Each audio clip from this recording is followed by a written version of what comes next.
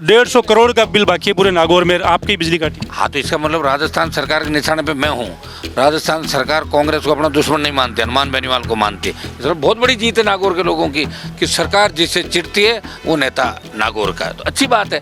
बिजली काटी है तो मैं भजन लाल का कनेक्शन काट दूंगा। जिन्होंने बिजली काटी है उनकी ऐसी गत होगी कि इसका आप अंदाज भी नहीं लगा सकते। वो तो आने वाले समय के अंदर पता लगेगा कि तीसरी पार्टी खड़ी नहीं हो। तभी तो भारतीय आदिवासी पार्टी के एमएलए को पकड़ लिया और उसका इतना पीछा किया। एमएलए तो हमारा खींव सरोड़ा ही देख लो आप। आज 3 दिन में 4 मामले, बायोडीजल, माइनिंग, दूसरों के नाम का उठा लेना, 2 पिताजी के नाम। आप बताओ, ये तो एक तरीके से इतिहास बन गया कि इस तरह के लोग भी चुन के चले जाते हैं, वो भी किसके सामने? हनुमान बेनीवाल जैसे आदमी। वोट नहीं दे रहे हैं फिर भी लड़ रहा हूँ। वोट तो एमपी का ही दिया मुझे। एमएलए तो मेरे है ही नहीं राजस्थान की विधानसभा, फिर भी एमएलए की लड़ाई भी लड़ रहा हूँ, एमपी की भी लड़ रहा हूँ, मेरे लोगों की लड़ रहा हूँ। बजरी माफिया मेघराज सिंह को ठीक कर दिया था, जो दोनों सरकारें जेब में रखता था। और इन बजरी माफियाओं को पूछ लो कि इनको रात को नींद आती है क्या?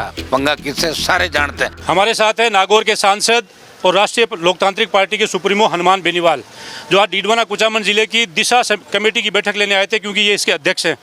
सब मीटिंग पिछली बार भी हमने देखी थी कि 8 साढ़े 8 घंटे चली थी, इस बार भी वही 8.5 घंटे। कौन से मुद्दे थे जो प्रमुख रूप से सामने आए? देखिए, दिशा का जो गठन है वो राज्य सरकार और दिल्ली सरकार, इनके बीच में समन्वय स्थापित करना है। राज्य के जितने भी महकमे हैं, चाहे पानी, बिजली, सड़क, स्कूल, चिकित्सा, कानून व्यवस्था, और दिल्ली के जो भी महकमे, रेलवे से लेके तमाम जो हमारा, चाहे डाक का हो, चाहे नेशनल हाईवे का हो, चाहे और मुद्दे हो दिल्ली के, इनको भी लगातार मैं 2 मीटिंग और लूँगा। डिस्ट्रिक्ट इलेक्ट्रिक कमेटी जिसका मैं चेयरमैन हूँ, और रोड सेफ्टी एक नई अभी केंद्र सरकार ने कमेटी बनाई हो, बहुत समय हो गया, लेकिन ये कागज़ पिछली सरकार के टाइम पता नहीं कहाँ चला गया। मीटिंग के बारे में कोई बात नहीं। इस बार कागज़ निकाल के, नागौर की तो पहली मीटिंग है ही, शायद देश की प्रमुख 1-2 मीटिंग अभी तक हुई होगी, और वो मीटिंग हम 17 तारीख को डीसी डिस्ट्रिक्ट इलेक्ट्रिक कमेटी और रोड सेफ्टी, वो दोनों, जिसका एमपी चेयरमैन है और कलेक्टर साहब उसके सेक्रेटरी है, और मेंबर सेक्रेटरी पीडब्ल्यूडी के और बिजली के। ऐसे ये बहुत से जो हमने पिछली बार मीटिंग ली, 2 जिले बनने के बाद भी डीडवाना कुचामन के अंदर समस्याओं का भारी अंबार मैंने देखा। मैं मकराना विधायक को धन्यवाद दूंगा कि लगातार 8 घंटे तक रहे।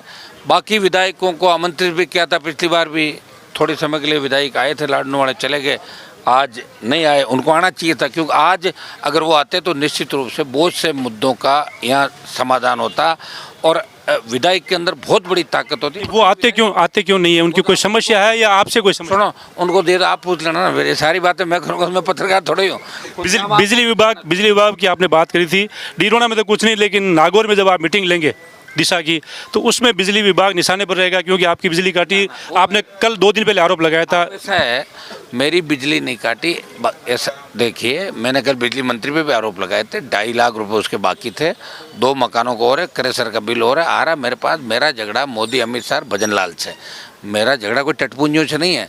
मेरी बिजली काट दी और कुछ कर दिया तो मैं लड़ाई लड़ रहा हूँ। मैं कोई भजन लाल को थोड़ी करूँ। बिजली जनरेटर चल रहा है ना मेरे घर पे। लेकिन 150 करोड़ का बिल बाकी है पूरे नागौर में, आपकी बिजली काटी। हाँ, तो इसका मतलब राजस्थान सरकार के निशाने पे मैं हूँ। राजस्थान सरकार कांग्रेस को अपना दुश्मन नहीं मानती, हनुमान बेनीवाल को मानती है। इस बहुत बड़ी जीत है नागौर के लोगों की कि सरकार जिससे चिढ़ती है वो नेता नागौर का है। तो अच्छी बात है। बिजली काटी है तो मैं भजन लाल का कनेक्शन काट दूंगा। और जिन्होंने बिजली काटी है उनकी ऐसी गत होगी कि इसका आप अंदाज भी नहीं लगा सकते। वो तो आने वाले समय के अंदर पता लगेगा। आप लगा 2.5 महीने, 3 महीने से आप बैठे हैं शहीद स्मारक पर एसआई भर्ती को लेकर। क्या लगता है आपका आंदोलन कहीं फेल करने में सरकार की मंशा भी लग रही है मेरे को, कि ये आंदोलन कहीं सफल नहीं हो जाए? सरकार तो पूरी मंशा होगी। सरकार की तो देखो, हमेशा राजस्थान में ही मंशा रही, चाहे कोई सी भी सरकार रही, कि तीसरी पार्टी खड़ी नहीं हो। तभी तो भारतीय आदिवासी पार्टी के एमएलए को पकड़ लिया और उसका इतना पीछा किया। एमएलए तो हमारा खींव सरोड़ा ही देख लो आप। आज 3 दिन में 4 मामले, बायोडीजल, माइनिंग, दूसरों के नाम का उठा लेना, 2 पिताजी के नाम। आप बताओ, ये तो एक तरीके से इतिहास बन गया कि इस तरह के लोग भी चुन के चले जाते हैं, वो भी किसके सामने? हनुमान बेनीवाल जैसे आदमी। वो नहीं जीता, वो मेरा ही व्यक्ति था, चला गया। 5-7 हज़ार वोट डिस्टर्ब हो गए। और चूंकि जो इंडिया अलायंस हमारा था दिल्ली में, वो राजस्थान के अंदर ये लोग समझ नहीं पाए और अननेसेसरी बीजेपी के लोगों को हंसने का मौका दे दिया। बाकी तो आप भी जानते हो खींवसर की सीट कभी नहीं निकलती, लेकिन हारने से खींवसर हारने से मुझे कोई पॉलिटिकल लॉस नहीं हुआ है। जिस तरह राजस्थान का नौजवान उमड़ पड़ा, जिस तरह देश का नौजवान उमड़ पड़ा, आक्रोश रैली आपने देखी होगी, लाखों की तादाद में अपनी अपनी उससे आए। और कल नागौर के अंदर देखना ऐतिहासिक रैली होगा। और ये रैली कोई मेरे लिए नहीं कर रहा हूँ मैं, मेड़ता रास रेलवे लाइन का जो काम चल रहा है उसमें हम चाहते हैं डीएलसी से 15 गुना 20 गुना बाजार दर से पैसा दो किसानों को। हम ये चाहते हैं कि जो कंपनियां यहाँ आई है बाहर सीमेंट की, वो किसानों को जितनी मन मर्जी उतना पैसा किसानों को दे और बाहर के लोगों को यहाँ से भगाएं, क्योंकि हमारे नेता करीब करीब मुनीम बन गए नेताओं के। और ये लड़ाई हमारी कानून व्यवस्था जिस तरह एसपी चला के लोगों को कर रहा है। और एसपी का भी एक कागज़ आज मेरे पास आया, जब 1996 के अंदर ये अध्यापक था और अश्लील गाने और छात्राओं को छेड़ने का मामला दर्ज हुआ। ये जेल के अंदर रहे, हाथ पैर तोड़ दिए थे, गधे पे बिठा के इनको घुमाया इसके काड़ू गांव के अंदर। और वो एफआईआर आज मेरे पास आ गई है।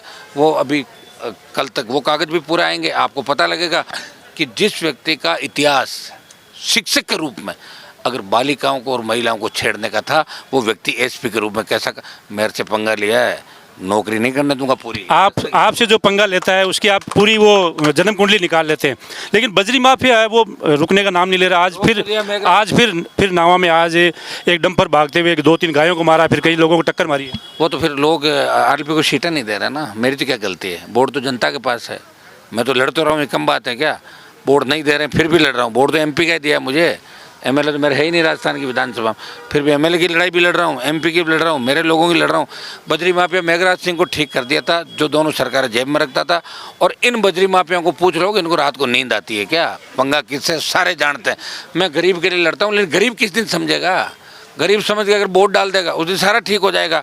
आप तो छोड़ो 28 का चुनाव, अगर पंचायत चुनाव में भी अगर मजबूती से आरएलपी आ गई तो भाग जाएंगे। आप देखना क्या स्थिति होती है। खींवसर के उपचुनाव हारने के बाद में काफ़ी परिवर्तन आए हैं। पिछले 2.5 महीने में हनुमान बेनीवाल का ग्राफ लगातार बढ़ता जा रहा है। युवाओं में जो जोश देखा है, चाहे करणी सेना का अल्टीमेटम वो लगातार देखने को मिला। इसके पीछे क्या कारण है? आपका ग्राफ तो ऊपर बढ़ रहा है, लोग आपको नीचे गिराने में लगे हुए। मेरा ग्राफ इसलिए ऊपर बढ़ रहा है कि एक व्यक्ति संत की तरह वो सेवा करा राजस्थान के जवान की, देश के जवान की। अब 20 तारीख से मेरा रोल देखोगे देश की बड़ी पंचायत में, उससे पहले देख रहे थे राजस्थान के अंदर। और मैं तमाम वो मुद्दे लेता हूँ जो लोग सोचते हैं ना, जहाँ लोगों की सोच खत्म होती, मेरी सोच वहाँ शुरू होती।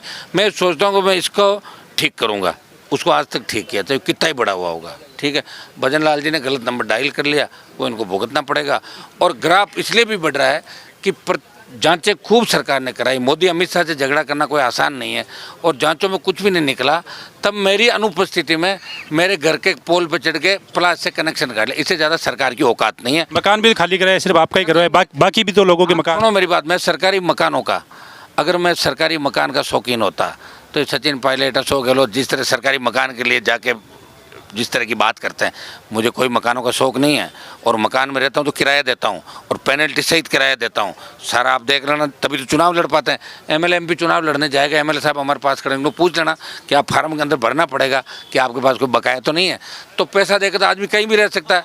मैं उनको पूछना चाहता हूँ जो जिनकी कैपेसिटी नहीं है, वो किस तरह रह रहे हैं। 50-50 साल से लोग मकानों के अंदर रह रहे हैं। क्या कांग्रेस के बड़े नेताओं की स्थिति ये हो गई कि भजन लाल ने मकान दे दिया और इसके बदले में बोल नहीं रहे? तो एक तरीके से हालात बहुत विकट है, ख़राब हालात है। और यही हालात अगर रहे तो आने वाला समय ठीक नहीं होगा। ये तो मैं बैठा हूँ, मेरे मंच है जहाँ आम आदमी को अपनी बात कहने की आज़ादी है। नहीं तो ट्विटर ट्रेंड जो चला था वो विश्व में 8वें नंबर पर आ गया था, वो तो शेडो बैन कराया। नहीं तो 20 लाख ट्वीट हुए, इतने ट्वीट कभी देश के अंदर नहीं हुए। और जब एफआईआर लॉन्च करने लगे तो मैंने कहा हिम्मत है ना सरकार की, एक मेरे आरएलपी के कार्यकर्ता को पकड़ के बता दो, मैं सरकार की 12 बजा दूंगा। बोला कि नहीं बोला? हिम्मत है तो करा दे। और कल नागौर के अंदर आर पार की लड़ाई हमारी है, और इस लड़ाई को हम जीतेंगे। सरकार के घुटने फिर टिकाएंगे, जिस तरह रोज़ सरकार के घुटने में टिकाता हूँ उसी तरह टिकाऊंगा। और नए राजस्थान के निर्माण में फिर आगे चल पड़ेंगे। ऐसा ही भर्ती अगर रद्द नहीं होती है तो दिल्ली कूच करेंगे, और जंतर मंतर पर भी बड़े प्रदर्शन राजस्थान को लेके होंगे। नागौर जिला, और अब जो डीडवाना कुचामन नया जिला बना है, हम इसको बहुत मिस कर रहे हैं। डीडवाना कुचामन अलग हुआ तो जैसे होता है ना, 2 भाई अलग हो गए, वो मन के अंदर भारी बोझ है। लेकिन हम ये भी चाहते हैं कि डीडवाना कुचामन का विकास हो, और हम तो एक ही हम कहाँ जाएंगे, लेकिन मन से होता है ना भाई डीडवाना कुचामन अलग हो गए तो एक नागौर से अलग हो गए, नागौर का हिस्सा थे। तो एक शरीर के जब कोई अंग अलग हो जाता है तो उसको एक पीड़ा जरूर होती है। लेकिन मैं आपको आश्वस्त करता हूँ आपके चैनल के माध्यम से, डीडवाना कुचामन के अंदर इस बार विकास की सुनामी चलेगी। चाहे आपके एमएलए कांग्रेस के जीते होंगे यहाँ पे ज़्यादा, लेकिन काम दिल्ली का सबसे ज़्यादा, दिल्ली का काम मैं दिल्ली में इंडिया अलायंस के साथ हूँ। यहाँ सड़क, स्कूल, पानी, बिजली, चाहे केंद्रीय विद्यालय डीडवाना हो, चाहे केवी परबतसर हो, उसकी बात भी हमने आज करी है, उसका क्लियर करवा दिया। दूसरा आपका सोनोग्राफी का डॉक्टर हैं बार बार ने, उसके निलंबन के भी हमने अभी कह दिया कि उसको सस्पेंड कर रहे हैं। दूसरे जो भी मामले हमारे पास आए, चाहे डीडवाना के अंदर पानी निकासी का मामला हो, चाहे जिले के अंदर दूसरे मामले हो, कानून व्यवस्था के, चाहे ब्लाइंड मर्डर लाडनू का हो, चाहे नावा का नमक उत्पादन हो, तो हमारे मकराना एमएलए साहब ने सब ज़्यादा जो मामले उठाए मकराना के विकास को लेकर, MDR रोडें, चाहे सेंट्रल की दूसरी रोडें, हम ये कोशिश करेंगे कि 1 महीने के अंदर अंदर इस बार अनुपालना रिपोर्ट आए। और परसों 17 तारीख को मैं फिर जिला विद्युत समिति और सड़क की दोनों मीटिंग में लूँगा। और डीडवाना, नावा और आपका जो है कुचामन, डीडवाना, परबतसर, लाडनू और मकराना का इलाका, इसको दिल्ली से विशेष तोहफा समय समय पर दिलाता रहूँगा। अभी आपकी जो रोड डीडवाना से खाटू बनी है, जहाँ सबसे ज़्यादा वोट RLP को मिले, वहाँ 50-60 करोड़ रुपये दिल्ली से आए कि नहीं आए, तो आप समझ लो इसको कि अब एक नरेश मीणा आज रिहा हो गए, उनकी जमानत हो गई। कई कार्यकर्ता आपके साथ नए भी जुड़े हैं, अभी 2 दिन पहले डीडवाना के कार्यकर्ता गए थे। नरेश मीणा या कोई बड़ा नेता आपके साथ क्यों नहीं आ रहा, क्या कारण है? सब आ जाएंगे समय पर, और कोई बचेगा ही नहीं, किसके साथ जाएंगे, लोग तो दौड़ेंगे साथ आने के लिए।